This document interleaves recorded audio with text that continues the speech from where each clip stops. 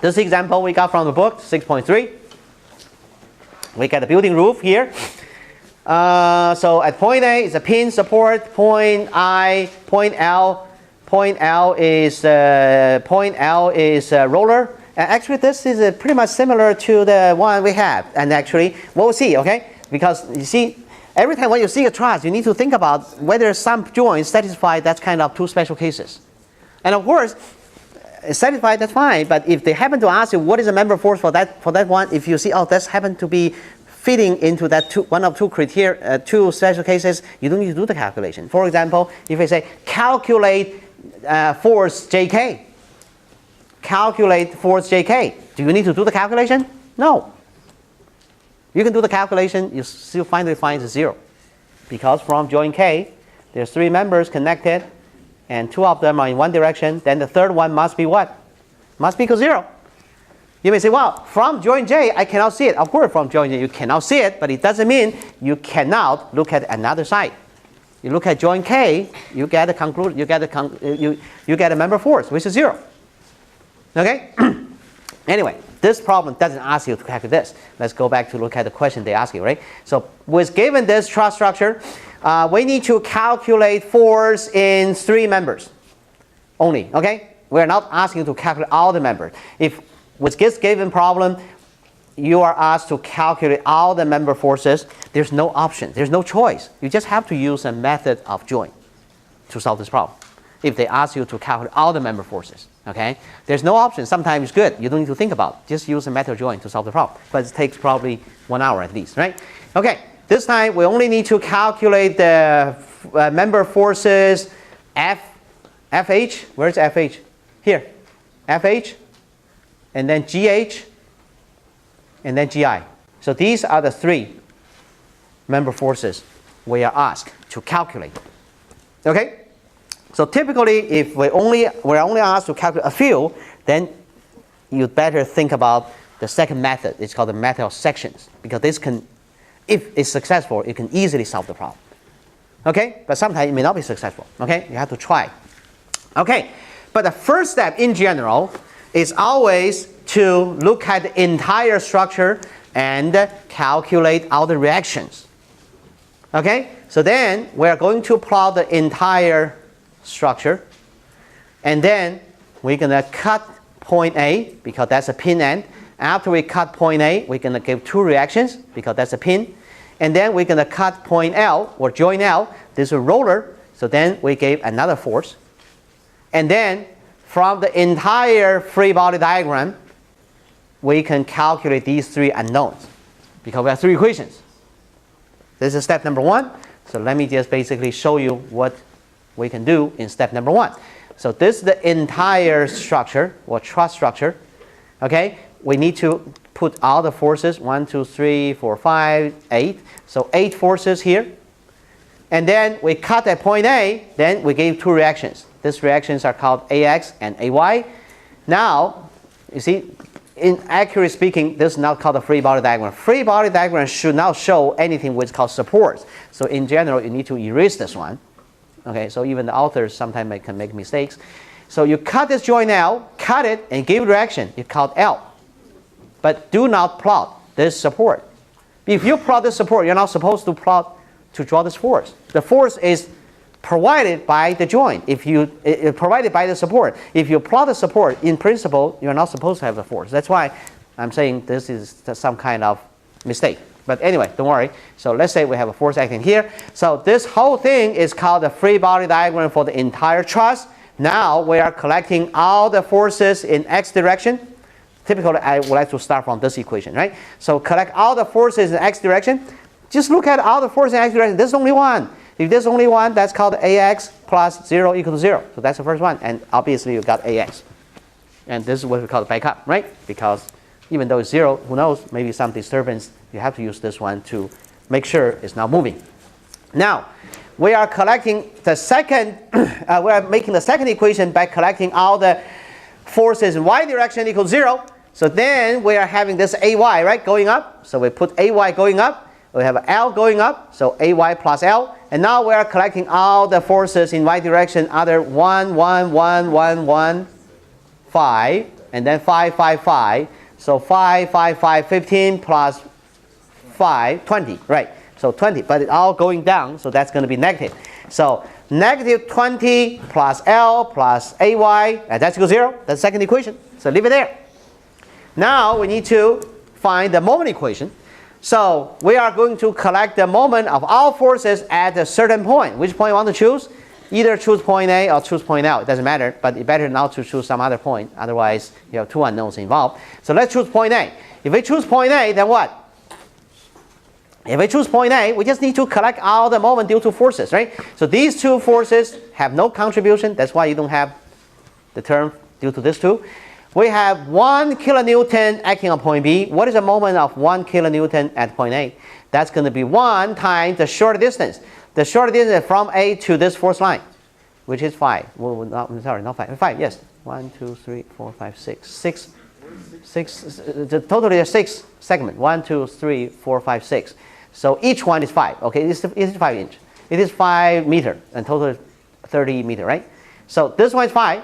So then 1 times 5, and then it's going to be clockwise. So it's negative 1 times 5. Do we have? 6 kilo what? No, that's fine. They are, that's a good point. Okay, I'll show you. This one also, you see here, this one, this is in the same direction, okay? So you have a 1 times 5, leave a term there. Also, you are collecting the moment due to this one, a force with a magnitude 5 acting on point C. So then the moment is also equal to 5 times the same distance, which is called 5. So 1 times 5 plus 5 times 5 finally end up with 5 times 6. In other words, you combine these two forces together, totally there's a force with magnitude 6 going down, multiply the short distance 5, and the clockwise, that's why I put a negative sign. So this first term is due to these two forces together, which is a moment due to these two forces together at point A. So that's the first term. Second one, now we learn a lesson, right? We can combine these two forces. 1 kilonewton, 5 kilonewton, total 6 kilonewton. What is the moment of this total 6 kilonewton at this point? That's going to be 6 times this one. The short distance is 10, so 6 times 10. 6 times 10. And it's also clockwise. That's why I put a negative sign here. So we're done with this two. Now we have this one. 1 kilonewton and the 5 kilonewton going down. Totally 6 kilonewton. What is the short distance? This. So 5, 5, 5. That's a 15. So 15 times 6. And again, it's a clockwise. So that's why you can negative sign. Okay. Now let's look at this one. This time you only have one force. There's no another force here. So 1 kilonewton times the short distance. The short distance from this one to here. That's called short distance, right? From the point to this force line. So that's going to be 5, 5, 5, 5, 20. 20 times 1. 20 times 1. Okay, so that's the moment due to this force. Again, clockwise with respect to this joint. So negative because clockwise. And then you have 1 kilonewton. 1 times the short distance from A to this one to K. That's a short distance. That's going to be 25. So 25 times 1. And again, clockwise. So it's negative. See here, these are the contributions due to the applied forces. And we have L acting on point L. So then what is the moment of this L at this point? That's going to be L times the short distance from here to L. So totally 30. So 30 times L. But this one is going up so that it's going to have the potential to rotate the structure at point A counterclockwise. So that's why the final last term is positive. Okay? And then altogether must be equal to 0, satisfying Newton's law. So now we have equation number 1, we have equation number 2, we have equation number 3. Combining those three equations, we can calculate those three unknowns. So from the first equation, AX equals 0. From the second equation, well, two unknowns, leave it there. But look at the third equation first. From the third equation, there's only one unknown involved, which is called L. So immediately from this third equation, you get L equal to 7.5 kilonewton. So plug in L, which is equal to 7.5, into the second equation, you get AY. And AY is 12.5. Okay? So that's the first step, by the way. But it's a necessary step allowing us to calculate reactions first, because typically we do need to use the result from this step. So after we're done from this first step, then we need to go back to look at this original structure, but this time we assume we know the reactions at point A, we know the reaction at point L. Now what I'm going to do is to make a strategic cut by having these members involved when we make the cut. FH, this is FH, GH, and then GI. Oh, that's simple, right? We just make this vertical cut. Once we make this vertical cut, make a complete cut vertically, then the structure split into two parts. Number one, that's the first requirement we have to make sure we satisfy. It's satisfied. It's a complete cut. The structure falls into two parts. And number two, we are basically cutting three members, which is good because three members should have three unknowns involved later on. So in general, this problem is solved. Okay, so now let's move to step number two. Step number two, we are making this cut.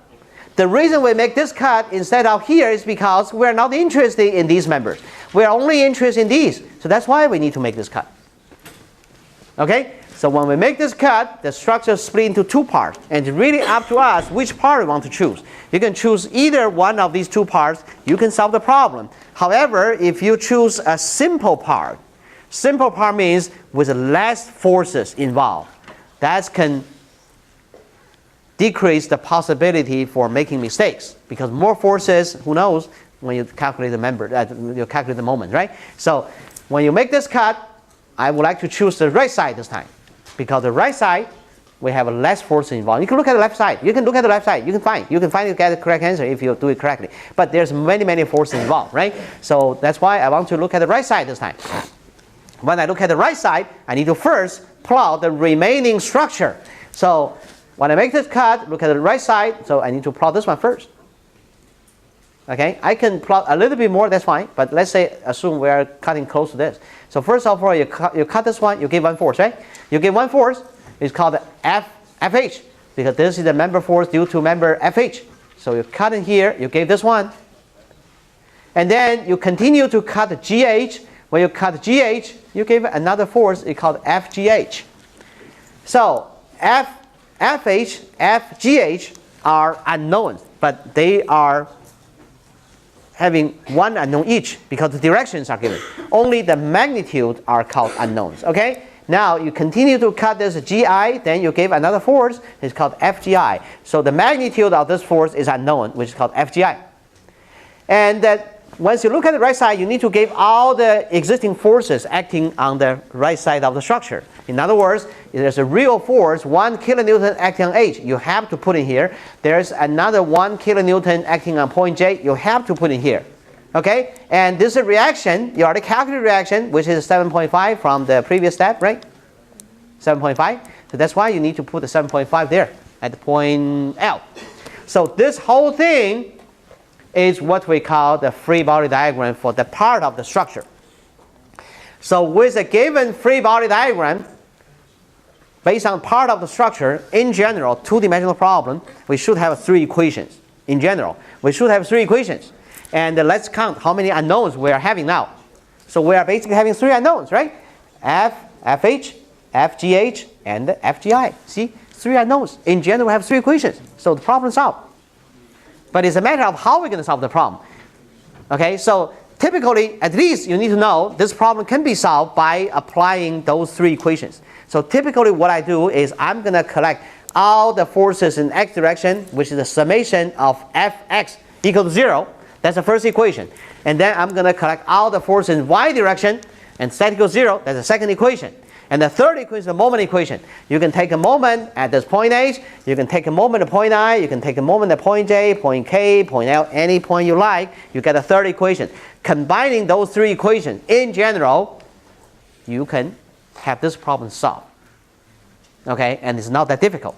But this time, I would like to give you another way to solve those so-called member forces by using three moment equations. Okay, for two-dimensional problems, sometimes you can just use all the moment equations. You can decouple those unknowns from three combinations of equations. Each equation, in general, you only have one unknown. And then you do have the second equation with another unknown, only one involved. And the third equation with the third unknown, only third unknown involved, so that you can decouple those unknowns and to solve those unknowns separately. That's why I call it easier. But it really doesn't matter. As long as in general you can build 3 equations, solve for 3 unknowns, there's really nothing wrong. Okay? So just in case, if you want to decouple those 3 unknowns from 3 equations, what you can do is you need to, this time, write down 3 moment equations. So let me just tell you how to build those 3 moment equations.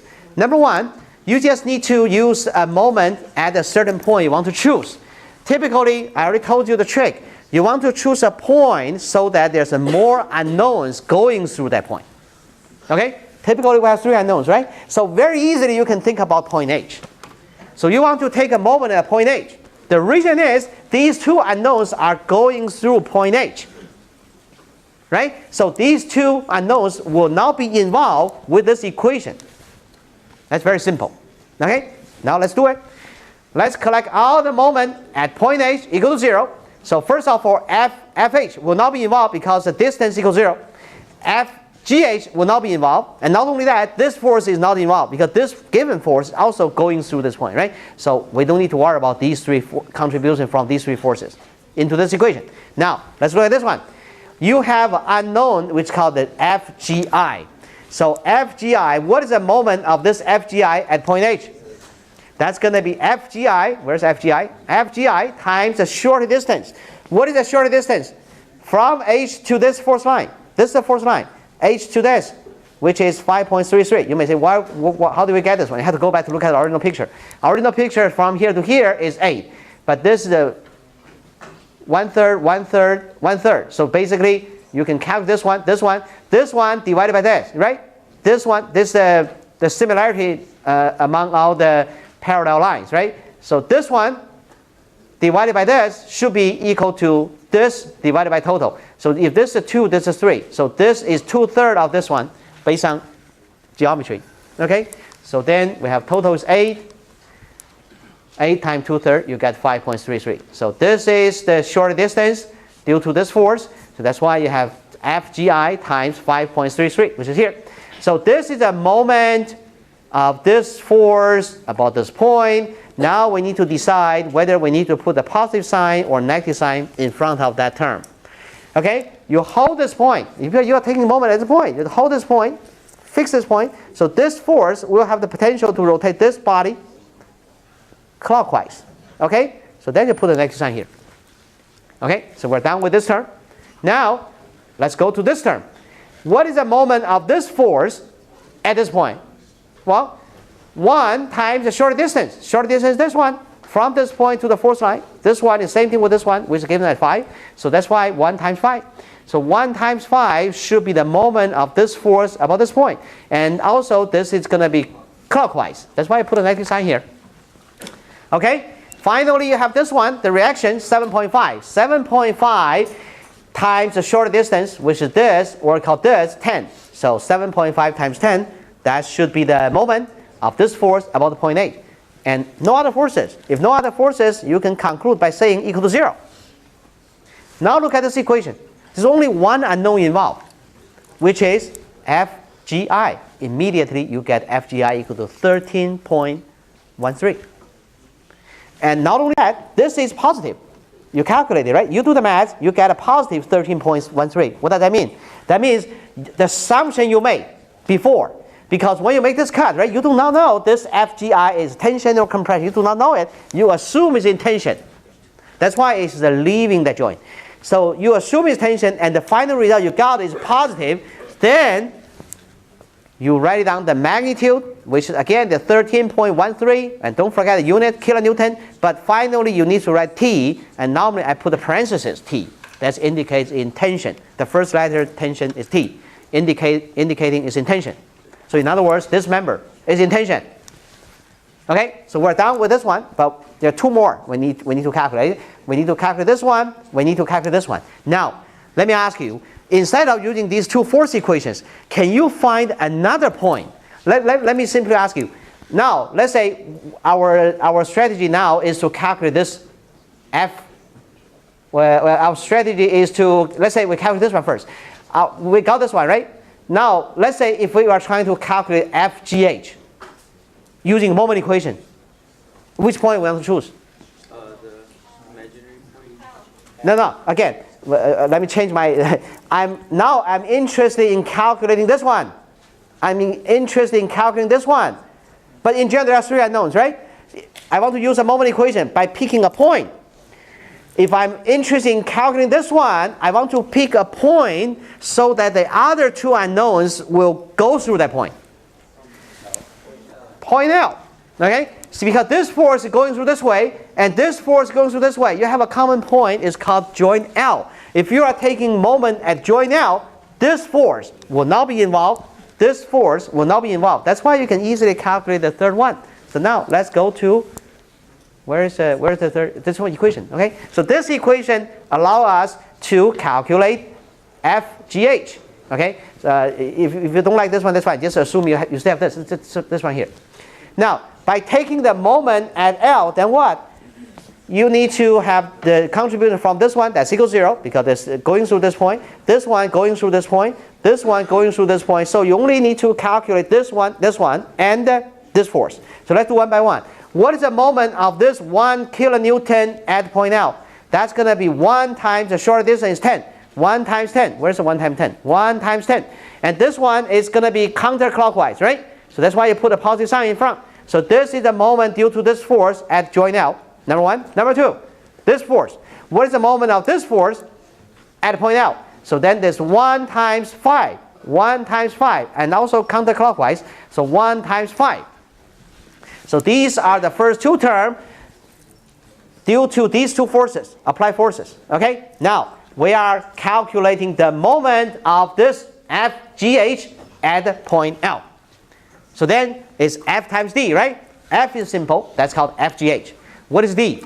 D is a short distance between this point and this force line. So this is the force line, and then the short distance is probably like this. But then you have to deal with this a little bit more complex geometry to calculate the short distance. If you can go ahead and do it. Just in case you do not know how to calculate short distance because a little bit more complex geometry, then what? Then you split that FGH into two directions. And then just assume there are only two forces acting on somewhere. So now I have this force acting on here. But now I can move this force, which is called the FGH, into a different point as long as it's in this line. Remember in chapter 3, we call the principle of transmissibilities. So if you want to move one force from one point to another one, in general, you need to compensate the situation called the movement with a moment. Only exception is if you are moving force into a different point, but they are in the same force direction. If that's the case, you don't need to add that moment because the couple equals 0. So now, originally this force is acting on point H, but I can simply move this force from H to G without adding anything else. That is called the principle of transmissibility, if you go back to look at chapter 3.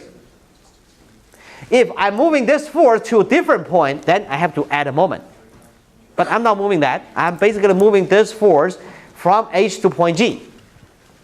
So that I'm just giving a simple FGH at point G. You may say, why you are moving this one? Well, look at this. If you move this to point G, then you can further split this force into two directions, X component, Y component. Then what? This force has no contribution to the moment at point L because this force is also passing to the point. Yes? Why is the lever arm, or why is the distance 10? No, well, I'll talk about that. I need to first, to make sure you understand this component doesn't work. That will not be involved. And then you only need to have this one involved. So this is the vertical components of FH. That is FGH times cosine beta. This is the beta, because that's the cosine, right? So you got this one. Now, let's see. What is the moment of this force at point L? That's going to be the magnitude with this one.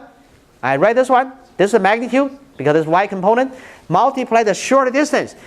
The force is acting on here. What's the short distance? From this one to this force line. 1, 2, 3. So 3 times 5. That's why you get 15. It's 10? What? That's a mistake. I'm pretty sure that's a mistake, okay? That's 15. Isn't it 10 because you moved it, but it's still being applied? No. I guarantee it's 15, okay? You check it. It must be 15. Otherwise, that's be wrong, okay? It's 15. But you have a good point. I didn't catch this. This is 15. It's FGH too. Where's the FGH? You split it into components, right? Right. I'm splitting the FGH. First of all, I move this one. If you do not move, that's fine. If you do not move, okay. If you do not move, you gave the two components, but both components will have the corresponding moment at point out. That's also fine. You finally end up with the same answer. If that's the case, this component, y component, will multiply with 10. But you also need to add a horizontal component. The sign, right?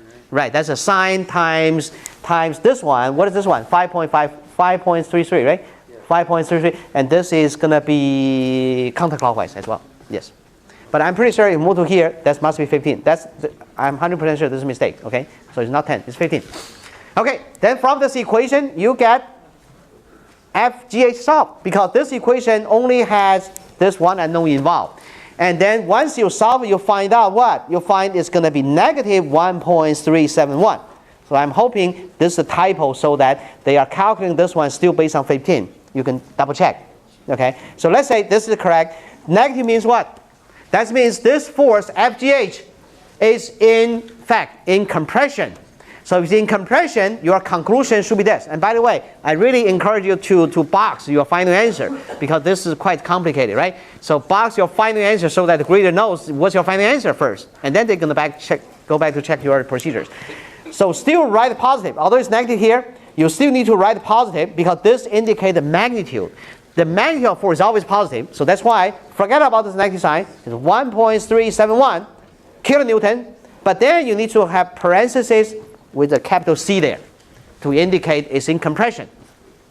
Okay? So one more thing, which is the last one. We haven't found another force yet. The other force is this one. Finally, we need to deal with this, right? How to calculate this one? Well, if you can find a common point with these two unknowns going through and then take the moment at that point, then you can immediately calculate FH. So this and this will be this virtual point. Although it's outside the real body, it doesn't matter. So you take this point, which is actually point G. So now we are replotting this one. Look at this one. I'm going to collect the moment at point G, which is also doable. Don't say, well, point G is not part of the real body. You're right, but you can do any point you like. In fact, it don't have to be inside this real body. When you take the moment at point G, you do the same thing. These two forces will not be involved. If you're going through this one, now you need to calculate this one. This one, again, you are moving to the point F. Then this force, the y component, will not be involved in that equation, only have x component. So that's why you finally get this. And from this one, there's only one unknown involved. You can finally find out it's a negative 13.82. And then your conclusion is FH is 13.82 in terms of the magnitude, but again, it is in compression. Okay, so then we solve the problem. But I'm not saying you have to follow this way. If I were solving this problem, most likely what I'm going to do is I simply write down the three equations just based on this. Collecting all the forces in x direction equals 0, that's the first equation. Collecting all the forces in y direction set equals 0, that's the second equation. Collecting a moment equation at any point I like. For example, I choose point H, that's perfectly fine. I'm combining those three equations to solve for three unknowns. That's really nothing wrong. So if you want to follow this way, no problem. But if you do not want to follow this way, you only spend probably 5 more minutes. It's not that much. If you have to spend more than 2 hours, then I would suggest you use this way. Otherwise, it doesn't make good sense, in fact. Okay?